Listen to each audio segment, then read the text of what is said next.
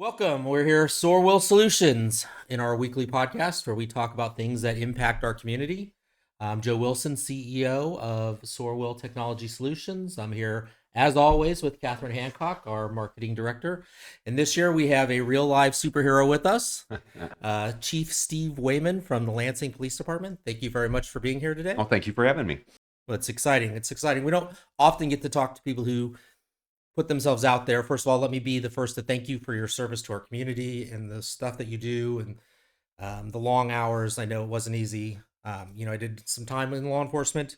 In fact, I think we met going to it was a less lethal training with Pat Sparks at the time. Oh my. In Topeka. And that's the first opportunity to have meeting Sergeant Wayman at the time. That's a long time ago. Yeah, I was going to say, how long ago was that? It was in the early 2000s, but that was my first opportunity to meet you. And now with our role with the city, I've had an opportunity to see you all the time. You're in the gym every morning working out, all these commendable things. How long have you been in law enforcement now? I started with Lansing January 1st, 1990, so I just finished my 35th year. Wow. That's amazing. Yeah. It's amazing. I'm sure they've always all been great years. They've all been fantastic. Fantastic on that. No, there's a lot of change from 1990 till now. Yeah, it's definitely different than it was, but it's not, I won't say it's good. I won't say it's bad. It's just different. From a technology standpoint, things have changed a lot. I mean, back when I was in law enforcement, we were handwriting all our documents and case files. Now everything's put in on the computer. What's the biggest change you've seen? The biggest change has probably been, there's a lot of technology changes. When I started, they did, there was no such thing as video. So when we, everything was handwritten reports, handwritten notes, went through the phase of, in-car cameras from VHS to CD to now cloud-based storage systems. We thought we were doing good when we had a VHS recording on cameras, and everybody thought that would be the end of the world because now the cops are on cameras and all this, and it actually it showed a lot more as to what officers go through when they go on calls. So. And it's also, the camera systems, and then now we also have body cameras. So who would have thought, 30 some years ago, we would have had body cameras. So, that part of the technology, it has advanced as far as being able to track people with computer and getting information back faster on, individuals that have wants or criminal histories or being able to get information is a lot faster than it was 30 years ago. So a lot of technology advancement through 30 years. Taking it back to before, what made you want to be or do this career? What really pushed you to be in this career? Oh man, before I started this, I worked construction, worked for a couple of different companies. I worked for Rathjen Construction building houses. I worked for Basil's doing some rehabbing buildings in downtown Leavenworth, and I kind of thought, really I wanted a job where I wasn't freezing in the winter and out in the sun in the summer. And so I saw an ad in the paper and I applied for it. And you work traffic accidents in the winter, and then you're out in the heat in the summer. So I can't necessarily. I saw an ad and I applied for it and got the job. Actually, when I started with Lansing, they were just coming out of the building next to yours. That was the old City Hall. That's where I interviewed at. But by the time I actually came on the department, they were in the new building at 800 First Terrace. So there was that bit of transition that occurred.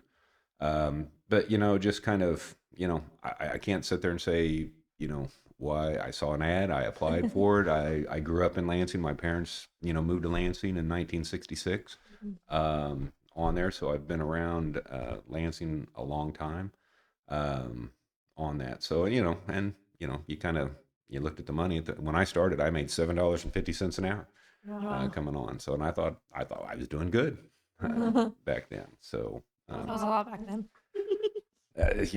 Back then, yeah, $7.50 could do a lot. So I can't give that answer as to why I did or didn't. There was an ad, I saw it, and I applied for it, and I got the job. That's amazing. Through the years, you've seen and done a number of things. Um, what is the most interesting, without giving too many details, and I'm sure you can't give too many details, the most interesting case that you've worked? Oh, interesting case.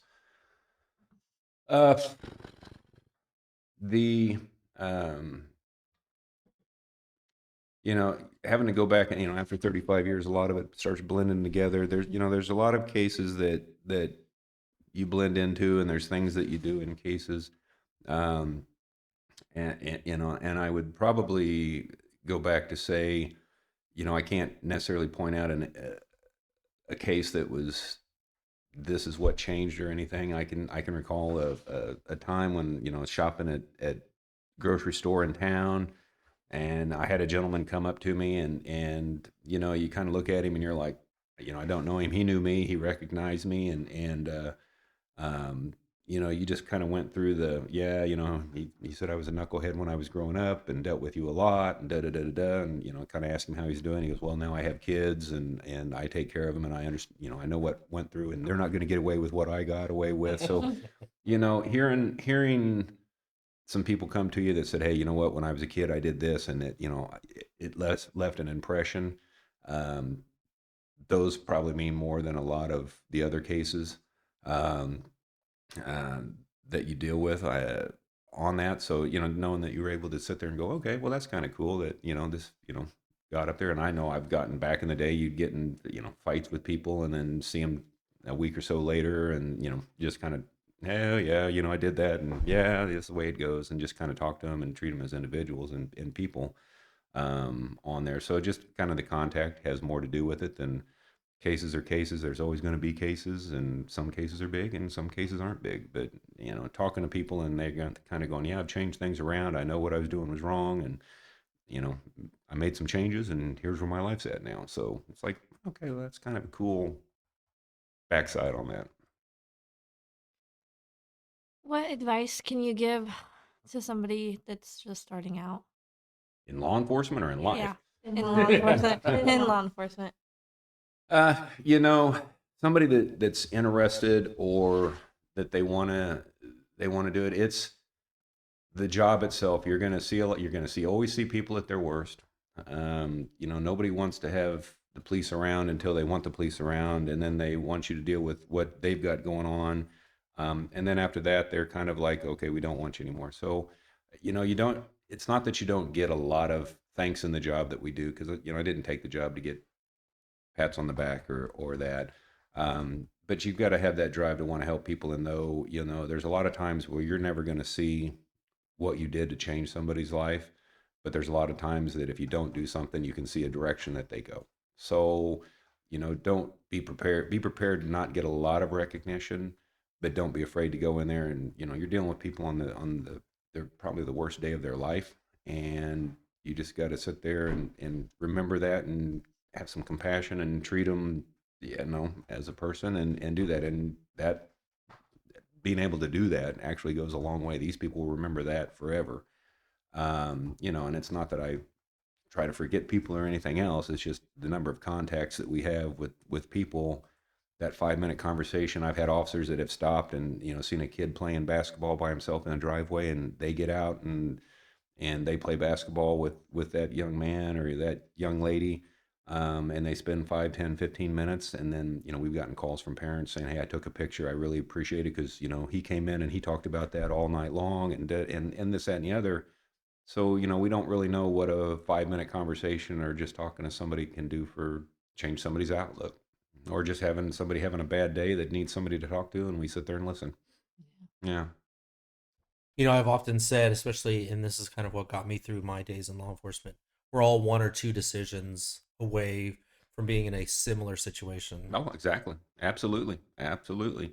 So, officers really need to think about how would they like to be treated, in a situation, and it's a job, and you can't take things personal, but you got to take a step back and just listen to what's going on, and and go from there. You might, you may have dealt with this person 10 times in the past and it's been bad, and you've got to take each situation as it comes and go from there on that. So, but yeah, you're right. It's just one or two bad days, bad decisions, and you could be in that same spot. How do you deal with the criticism from the public? You know, it's in this job, you kind of expect it. We have our highs and our lows.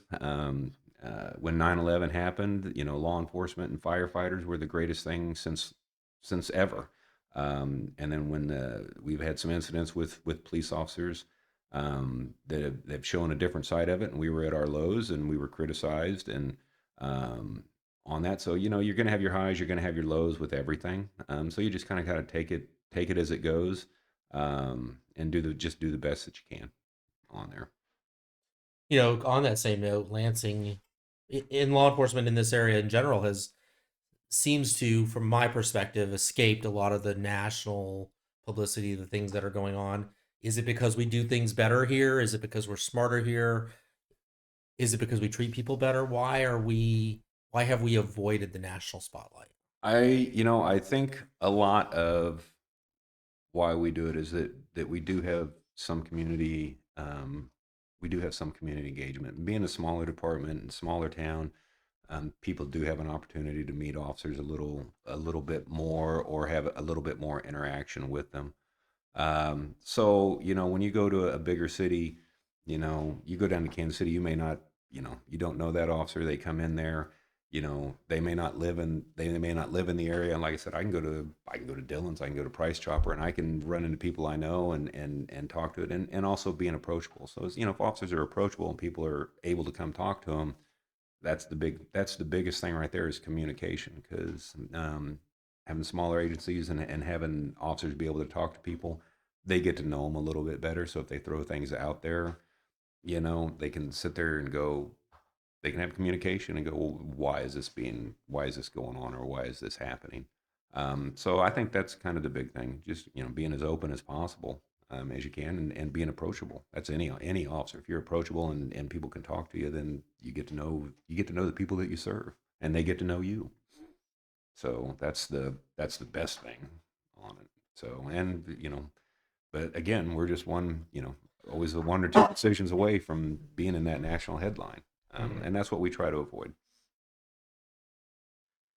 Being a county of our size, or 4 or 5 different law enforcement, plus the sheriff's office, what is the relationship between the interagencies? And I know you have to be somewhat political here, but is it generally good? Is it generally tumultuous? Is it generally the The relationship, each entity has its uh, way of doing. I mean, we all serve a general purpose, but we each have our own direction that we go to get to it. And I'm not saying that what Leavenworth County, Base, or Tongi, or anybody does is different, is bad. It's just, it may be different than what the way that we do it. And I don't work for them, and I don't oversee them. So who their boss is, he has the direction that he wants to go. As far as working together, if something happened in Tongi and they needed help and they put out the call, we would be rolling to Tonganoxie to help them out. If Sheriff's Department, if they needed help, we'd be rolling to help them out. And I know if we had something going on, which we've had incidents in the past, Sheriff's Department, Leavenworth PD, they're the closest, so they're usually the first ones to get here. Tongi and Baser would have to be something a little bit bigger where we needed a lot more people. But as far as getting the help that we need within the county, we're all here to back each other up. And there couldn't be anything I could sit there and say, hey, you know what, we're not responding. The biggest thing, if they had a dog barking down in Tongi, we probably wouldn't respond to a barking dog. But if it was something major, a major incident that happened, we would be right there, headed making the run down there to help them out. Just if the bell rang up here, then they'd be coming up here too. How can the community support you? Community support, uh, if there's problems that they have, if there's something that they see that they have questions about, contact the police department. Or if you see an officer driving by, ask. That's that, like I said, communication is the key. Are they always going to like what we come to, or the decision that we can do for them? No. Um, but that doesn't mean that we can't explain to them and help them. If there's a problem, we can always try to help. It doesn't mean we have the answer that they want at that point in time. But that is the big thing, just being able to stop, talk, and here's what I've got. Give us an opportunity to try to fix the problem. Like I say, you might, officers are human. Sometimes they've got something going on and they might be a little snippy, or they might, whatever. Don't base everything. Everybody has a bad day at work. Everybody has a bad day at work. And sometimes two bad days meet at the same time. Don't base what you think on that. Get to know the person, because on there, and that's the big thing. If they have a problem, call us. Give us an opportunity to fix it. Because if you don't give us an opportunity, then we can't go forward. Yeah. Retention is a problem in the area. It has been since I worked for the sheriff's department, competing with different salaries at different areas around town. Johnson County being way more salary positive than Leavenworth County, simply because they're larger and they have more money. How have you, or has it been a challenge to retain staff at your department? Yeah. And well, first responders in general, whether you're talking about police, fire, EMS, even the military, is everybody's having problems recruiting. And I don't think money is an issue. That's part of the equation. But if that was the sole factor, then none of your Johnson County agencies would have openings, and they wouldn't be in the same boat that we are. It is a national problem. There's a lot of people that don't, there's a lot of people that they don't want to work midnights, they don't want to work evenings, they don't want to work holidays. They want that 8 to 5 Monday through Friday. And this is, first responders are not where you're going to get that. The ultimate, how you're going to fix that, I haven't figured that out, because I don't think you've got to throw something, you got to be competitive with everybody else on there. And can Leavenworth County compete with Johnson County money wise? No. We can try to get in the ballpark, but there's no way we're going to go dollar to dollar with them. Their tax base is just way too high, and they can outspend us. But I haven't figured out. Nobody's figured out what can you do to draw people in, and I don't know if it's the work environment, it's the long hours, and then part of it, I think that we just don't cultivate a desire to serve anymore. On that, it's a lot of people want, like I said, they want their Monday through Friday 8 to 5, and on the weekends they don't want to be bothered, and they want to do family things, which is, families are it's very important aspect of it. But when it comes to first responders side of it, it's what we compete against on that. So I don't know in 5 or 10 years how much it's going to change on that. I look for you to, looking in crystal balls down the future. I could sit there and see more departments going to community or county-wide police forces on that, because if you have, Leavenworth County has 5 entities that are all trying to draw from the same pool. Smaller towns, especially the farther west you get, it gets really hard to compete. So if you go to countywide, you have one entity trying to recruit what they can. I could see that happening. I don't know, the closer you get to the metropolitan areas, I don't know I don't know how that would work, but I could see that as something that could transpire on that. But it's up to, the cities have to make that decision, because, like I said, if you keep throwing money at everything, eventually you price yourself out of business, because the taxes are what pay our salaries, and at some point in time, people are going to want, we got to have some relief, and we got to come up with something. So that part of it, I don't know on there. But even, right now, the military's having problems recruiting and having people come and want to serve. And so it's not just us, it's a lot of different places. You think it was a bigger problem before COVID or after COVID? Mm. Because it seems like COVID has drawn us into more people wanting to work from home. Remote, yeah. Yeah. Remote. I COVID was just kind of a really weird thing. There's even problems I can see with working from home. A lot of people like it because they can work from home, but on a business side of it now, at some point in time, you know, from Steve Wayman's view of it on working from home, if you were a business and you were offering that opportunity for it, it opens the deal for you to sit there and go, well, maybe we don't have to pay as much because guess what? You don't have to drive here now and you don't have to do this. So, our salary, we're not going to pay you this salary. We're going to save money because we're not having to rent office space. We're not having to buy this. We'll provide you with this, but here's what we're going to pay. So I think at some point in time that will become, more feasible where, hey, if you're going to work, if you got to drive and you got to have a vehicle and you got to have X, Y, and Z to be able to get here, it may change things around. And it's very, right now, it's a good deal. I can sit at home. You can get, as long as you're getting your work done, on that. But I don't know. I haven't never had to do that. So it's hard for me to sit there down and go, here's some of the issues with it. But on a business side of it, I could definitely sit there and go, I'm not, if I'm renting one office and paying this much money for our central office and having everybody work from home and we're doing Zoom meetings and everything else, the overhead cost for a business would actually save itself considerably. Current staffing levels. Are you guys hiring right now, or? We are still hiring. We're constantly looking for people. On that, I can't remember. Don't know the exact numbers that we're down. I think we're 3, 4, 5 officers down. I'm still wanting to get enough staffing to. We have officers that patrol the schools right now, but I'd still like to get staffing up higher to where we can get dedicated officers to our SRO program and the school's SRO program. I think that benefits. It benefits the community. It benefits the students. Just have the officer and have somebody to talk to, and see what goes on.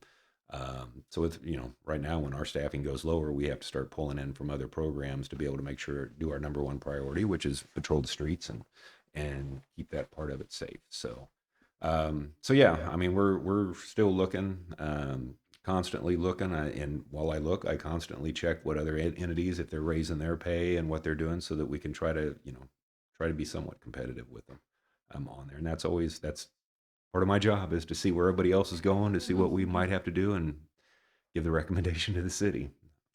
And the city's open to, or have they been open to raising salaries to bring in more people, or is that a difficult conversation? I will say this with the city of Lansing: the city has been really progressive. Everybody can always use more money, on that. But the city has, looked at other options. If we can get staffing level, there might be some scheduling, modifications that we do to, go, may look at some 10-hour rotations, give people more time off and stuff. But as far as the city goes, the city's been pretty good, and there is a limit that they can go, and I understand that, and that's not. But as far as working with the city administrator and the city council, they've all been really good to work with, and they understand that there's a problem also, but we're all responsible to the taxpayer, so we've got to keep that in mind also as we go forward. Taking it a little bit backwards, how are you guys dealing with the fentanyl crisis going on? Well, with fentanyl is really a tough one.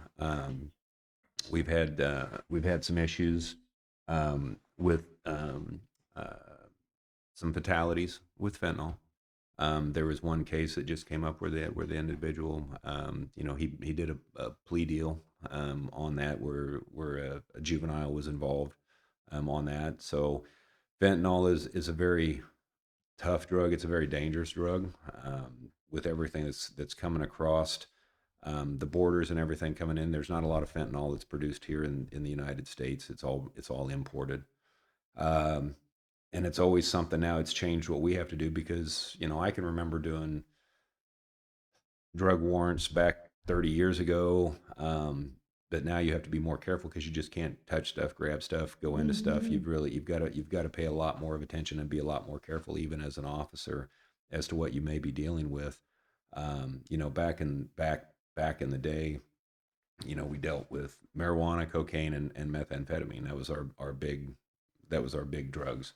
Then once the prescription, narcotic pain medicine kind of came in and kind of phased away. You saw heroin make a comeback because everybody was on uh, uh, narcotic pain medicine. Well, not a lot of that's a derivative out of heroin, and that's why you've seen your heroin spike come back. Fentanyl, it can be added with everything in such a little, the pills that are coming in. There's no quality control as how much, you could have 10 pills and 50% of those pills have a lethal dose, and that's just a generic number.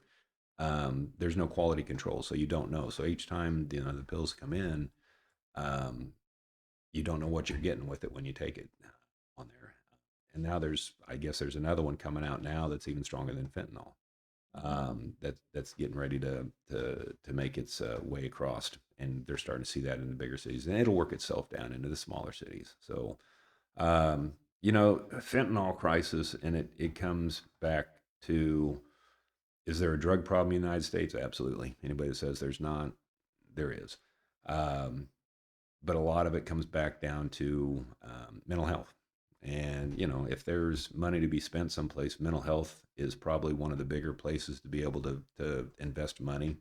Um, People that are addicted to drugs, they don't. If anybody thinks that they want to be addicted to drugs, they don't. They just have an addiction that's on their back, and it's very hard to get rid of. But mental health, there's a lot of mental health issues that I think if the states and the government would put more money into mental health issues, and I think we could see a decline in a lot of stuff on that. And when I say mental health issues, it's not necessarily go in and see somebody, they give you medication to try to make you feel better, and then send you out the door.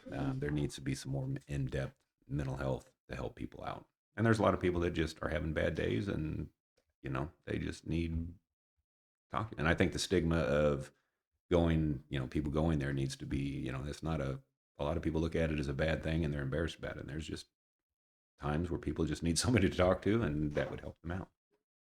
Mental health is such a huge topic, and we've had a number of people in here recently on our podcast who really talked about mental health and the importance of it. So I appreciate you bringing that up and helping to try to reduce the stigma around it. As we kind of finish out this segment, if somebody wanted to apply, where would they go? How could they become a Lansing police officer? The first step in it is you go on the city's website, and for employment, you fill out an application. That goes into our system, and we start that. And then once we get that, we start making our contact, getting all of our information that we need. We set up some pre-employment testing, which is written testing. That's our big one that we've got to get through right now, is written testing. Once you can get through that, we start setting up interviews, and then also we have to do a psychological evaluation to make sure that everything is good to go. Because to attend the academy, we have to sit there and be able to say yes, they successfully passed a psychological evaluation. Once we go through that, there's oral boards, the interviews that they go through. If they're selected, we get a hire date. Then once they are brought onto the department, we have to submit paperwork to the State Training Academy located in Hutchinson, Kansas. They get put on a list. They have to go to the academy for 14 weeks in Hutchinson. They have a 12-week FTO program with the city that we do. So I mean, before anybody thinks that, hey, I'm going to go be a police officer and I'm going to go in and get my keys, my uniform, my gun. They're going to give me the keys to the car and I'm going to go drive around. No, that's not going to happen. A lot of people don't realize that when we have officers that leave, or we're trying to hire people back in, sometimes that's about a 9-month process to get somebody on the road and to get them back, get somebody hired, get them trained, get them ready. It's 9 to 12 months to replace somebody. So we try to retain people as much as we can. Try to do what we can. But if people leave and we lose somebody, it's not just simply, I'm not going to take this away from a lawn care business. It's not hiring somebody to mow grass where here's the mower, here's how you turn it on, stay away from the blades, go out and mow grass. And that's no way, I'm not discrediting grass mowers. It's just there's a whole lot more that goes into our job that we got to get them out there and get them put on. So yeah, 9 to 12 months turnaround when you lose somebody is big. And when you start going down 3, 4, 5, 6 people, that's a lot. That's a lot of time. on there. So you're talking, a year to 18 months. And then really what people don't realize, it takes up to 3 years. Really you have to give an officer about 3 years before they're totally confident to be able to handle about anything that comes up. So that's 3 years of on the job training that they get to be able to go to just about any call and be able to go, I know what to do, I know how to handle this, and I know what to do correctly without a lot of supervision. So there's a lot of time investment with people. Awesome. Okay, now we're going to kind of pivot to our next segment, and we'll kind of go around the table with what's on your mind. And Kathryn, we'll start with you. I think this is on everyone's mind. The snow apocalypse that just happened. I believe we got between 10 to 12 inches of snow. I'm not exactly sure of the number. I don't know if you've had any trouble or walked outside and it was up to your knees, but that pretty much happened to me. I'm also only 5 foot, so. Did we have any major accidents because of this weather? Major accidents with the weather? No, I know Saturday night when the ice hit us. I'm like everybody else when KDOT put out the text that they were shutting down the roads, all state highways and everything. That's one that I've never seen before. Yeah. I know, we lost K5 highway pretty easily. That one got a glaze of ice on it, and it just wasn't good. Saturday night was bad because the icing. There was a lot of people that, there's stuff that don't make sense because I was in contact with my officers and they were like, yeah, we've had some people that decided they had to go to McDonald's and get something to eat, and they wanted to go back and go drive down K5, and then they ended up in the ditch. I think, usually the first snowfall of the year is pretty critical because everybody's still got that. I can drive the speed limit. I've got all-wheel drive. I can do all of this stuff. And then we have a lot of accidents the first snow, and then everybody kind of goes, oh, we're in snow season. And it kind of, everybody realizes that, just because I have all-wheel drive doesn't mean all-wheel stop. And on that. But for the most part, as far as, people, there was a lot of people that started preparing for this, getting their cars off the road, getting them in the driveways. 12 inches of snow was a lot. I mean, that's a lot of snow on there. The roads, the street crew for the city of Lansing did a phenomenal job. When I came out yesterday, a lot of the roads, they still had snow on them, but they were, for the most part, they were clear. They were passable. If you took your time, you could do it. People just have to remember that, when the snow comes down, you just got to give yourself extra time, and you just can't go the same speed that you were going. Getting the ice ahead of time, that just added a whole degree of difference to it, because even our cars, we're slipping and sliding on that, and it's just, if you don't have to be out when they say you don't have to be out, you don't. That's the easiest way to say that, because it only takes a split second, and we can drive 10 miles an hour and you can still slide around, slide off into the ditch, and then you're stuck. And then, and it's not necessarily, if you go in the ditch, it's the person coming in behind you that does the same thing, and it just creates the problem. And then, we're trying to make sure people get out on that. But the tow crews were out and in force, and they were going hopping call to call. I know county-wide that this was a major snow event. This was a big one. Did you see the stores? I mean, Walmart was pretty much empty, and all the meat sections and stuff. Everyone went crazy. On that, yeah, it's and it's winter time, and having the kids at home for a couple of extra days, and making sure that everybody's fed.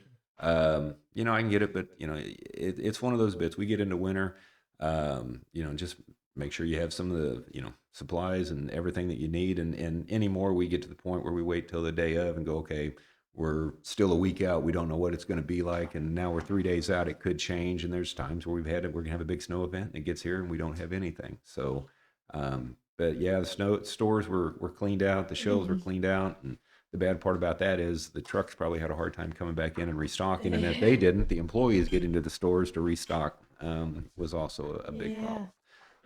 But I do know that yesterday there was a lot of kids over here on the hill on Center Drive sledding down the hill. I haven't been brave enough to go out there and go, I want to go down that on a sled. 40, 50 years ago, I would have been one of those kids going down the hill. And now I think one trip down that, I might be broken. Might have to back up. Just climbing that thing and coming back down. So, I mean, it's good to see the kids out there. And the people have been pretty good as far as this event. As bad as the weather was, people have been pretty good. Yeah, I've seen a lot of people helping Yeah. people. I know Griffin, my husband, got stuck at Quick Trip, or he didn't get stuck. Somebody got stuck at Quick Trip, and he helped out and pushed the cars and stuff. So that's been nice to see. And that's, Community. and I've seen a lot of that people get in, and it's just 12 inches of snow is just a lot of snow on there. So we'll get through it. We'll get it cleaned up. Hopefully this one was the big one. It got it out of its system, and we can get, if we're going to get snow, it's not like this again, and we don't get another 12, 15 inches of snow on top of this. So Snow Creek ought to be doing really well right now.